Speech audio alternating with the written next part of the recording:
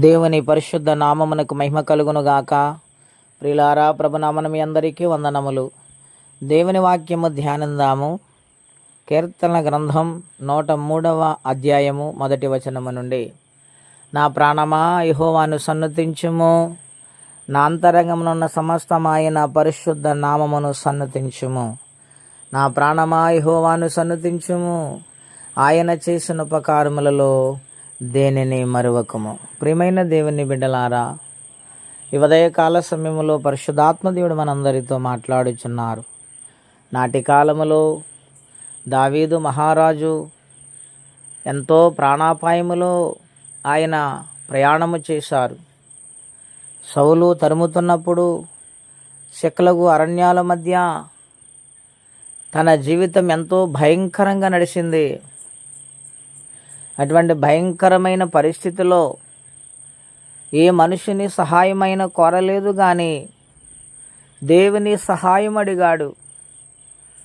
నన్ను కాపాడేది ఆయన, నన్ను ఆదుకునేది ఆయన, నా ప్రాణాన్ని రక్షించేది ఆయన అని నమ్మకముతో దేవుని పాదాలు పట్టుకుని కన్నీరు కారుస్తుండేవాడు. ఆయన అడుగడుగున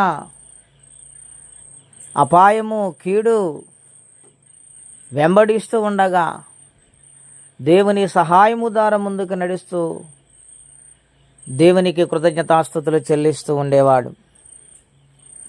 ఎందుకింత పరిస్థితి గుండా ప్రయాణము చేయవలసి వచ్చింది ఆయన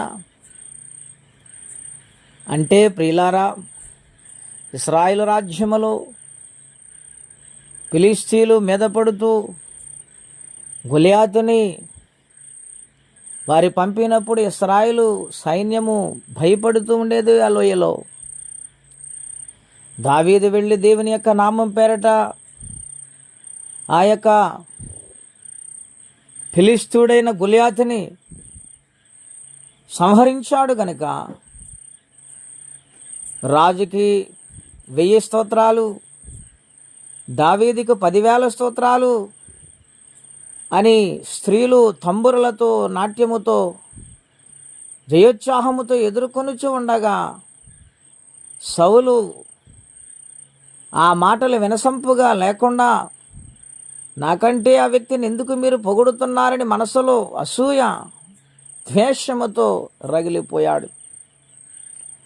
ఇశ్రాయేలు ఆపదలో ఉన్నప్పుడు ఆ యొక్క గొలియాతు వచ్చి చంపేస్తాడని భయపీడితమైన సమయాలలో ఆయన ద్వేషము, అసూయ రాలేదు, కానీ ప్రాణమును అరచేతిలో పెట్టుకుని దేవుని పేరట ఆయన వెళ్ళినప్పుడు, దేవుడు అతనికి తోడైనప్పుడు,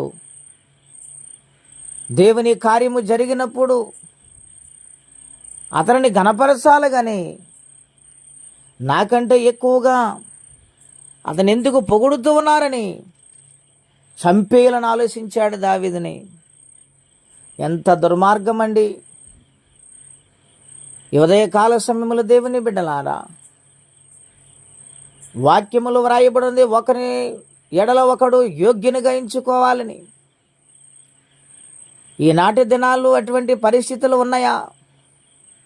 నాకంటే అందరూ తక్కువగా ఉండాలని కోరుకుంటారు. అదేమాత్రం మంచిది కాదు. చివరకు సౌలు తనకు తానే పతనమైపోయాడు. దావీదు అపాయాలను దాటుకుంటూ దేవుని సహాయము ద్వారా రాజుగా మారిపోయాడు. నా ప్రియ స్నేహితులారా, ఇటువంటి హృదయముతో మనం భక్తి చేస్తున్నాం, ఏ విధముగా జీవిస్తున్నాము ఆలోచన చేసి దేవుని కొరకు బ్రతికివారిగా, అసూయ ద్వేషాలను తొలగించుకొని మంచి హృదయాన్ని కలిగి జీవించేవారిగా దేవుని సందులో సాగిపోవాలని కోరుకుంటే మాటలు ముగిస్తూ ఉన్నాను. ప్రార్థన అండి. అత్యంత కృప కలిగిన దేవా, మహోన్నతమైన మీ నామం కొరకై వందనాలు. దావీదు జయముతో వచ్చినప్పుడు సౌలు వార్వలేక తనను సంహరించాలనుకున్నాడు, కానీ నీవు దావీదు రాజుగారికి తోడయుండి ప్రభువా, సౌలై పతనమవటానికి ప్రభువా కారణమయ్యాడు. దావీదు దీవించబడ్డాడు. నాయన, మా జీవితాల్లో కూడా ఎటువంటి మనస్సు కలిగి యథార్థంగా బ్రతుకు భాగ్యము. నాకంటే ఎదుటివారు గొప్పవారని యోగ్యమైన మనస్సు కలిగి ప్రేమ కలిగిన మనసు జీవించటానికి కృపనిమ్మని, ఈ దినమంతా కాపాడమని, ఎవరి ఆపదలో కష్టాలున్నారో వారికి సహాయం పంపించమని యేసు నామములో అడుగుచున్నాము తండ్రి. ఆమెన్. దేవుడు దీవించును గాక. ఆమెన్.